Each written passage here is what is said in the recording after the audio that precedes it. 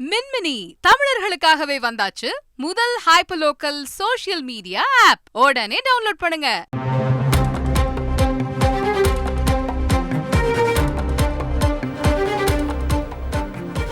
நாம் தமிழர் கட்சி நிர்வாகிகள் வீடுகளில் என்ஐஏ சோதனை மற்றும் சட்ட விதிமீறல் எதிர்த்து நாம் தமிழர் கட்சியில் சார்பில் உயர்நீதிமன்றத்தில் அவசர முறையீடு செய்யப்பட்டிருக்கிறது. இதை பிற்பகலில் விசாரணைக்கு ஏற்கவும் அனுமதி வழங்கப்பட்டிருக்கிறது. முழு விவரங்களை செய்தியாளர் சுரேஷிடம் கேட்கலாம். சுரேஷ் வணக்கம். இந்த வழக்கின் முழு விவரங்கள் என்ன சுரேஷ்? வணக்கம். விடுதலை புலிகள் அமைப்புக்காக சட்டவிரோதமாக நிதி திரட்டுவதாக கூறி தமிழ்நாட்டின் பல்வேறு பகுதிகளில் உள்ள நாம் தமிழர் கட்சியினுடைய நிர்வாகிகள் வீடுகளில் மற்றும் அந்த தொடர்புடைய இடங்களிலும் தேசிய புலனாய்வு முகமை எனப்படக்கூடிய என்ஐஏ அதிகாரிகள் சோதனை நடத்தி வருகிறார்கள்.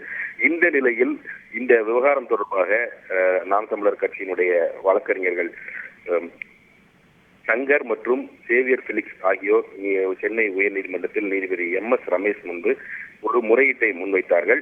இந்த சோதனை என்பது சட்ட விதிமீறல் என்றும் இதற்கு எதிராக வழக்கு தொடர இருப்பதால் அந்த வழக்கை அவசர வழக்காக விசாரிக்க எடுத்துக் கொள்ள வேண்டும் என்றும் கோரிக்கை விடுத்தார்கள். மேலும் என்ஐஏ அனுப்பிய சம்மனுக்கு ஆஜராகி விளக்கம் அளிக்க அவகாசம் வழங்காமல் உடனடியாக அந்த சோதனையானது நடத்தப்பட்டது தவறு என்றும் அவர்கள் குற்றம் சாட்டினார்கள்.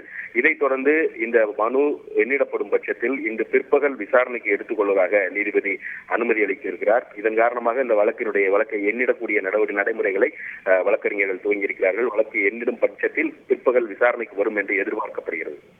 முழு விவரங்களுக்கு நன்றி சுரேஷ். மின்மினி தமிழர்களுக்காகவே வந்தாச்சு முதல் hyper local social media app. உடனே டவுன்லோட் பண்ணுங்க.